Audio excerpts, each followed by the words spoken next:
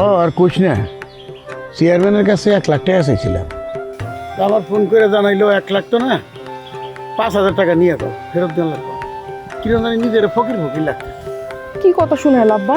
আমাকে লাগবো 5 লাখ, চাইলা 1 লাখ দিতে চাইলো 5,000, 5,000 টাকা দিয়ে কি হইব আব্বা? আমার তাহলে কি হইব? রাখ, যাইয়া দেখি এখন কি হয়। আইসে যাও গা। আরে সুরজ ভাই, কই মেলা করলেন?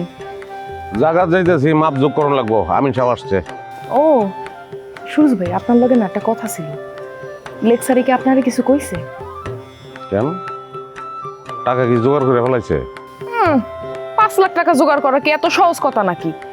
আমি কই কি, সময় নষ্ট না করে লেকচারে না লিস্ট দিয়ে বাদ দিয়ে দেন। কেন বাদ দিব কেন? ভাই আর কইয়েন না, সবার কাছেও আপনার নামে বাজে কথা ছড়াই বেড়াইতেছে। কয় কি, ওই যে গেন্দুসুরা আছে না, ওর লগে নাকি আপনার হাত। এত বড় সাহস? আচ্ছা বাদ হয়, বাদ। আলহামদুলিল্লাহ। ভাই আমার বাপে মাত্রই গেছে টাকা জোগাড় করতে। আলহামদুলিল্লাহ। তো একটা কথা, আমার টাকাটা যদি একটু কিস্তিতে দেই। ওই সুদের ব্যবসা করি আমি, কিস্তিতে রিস্তা করবো। যা তুই বাদ যা।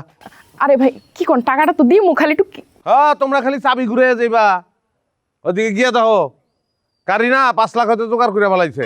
আর আমার তো 3টা দরকার নাই, একটাই দরকার।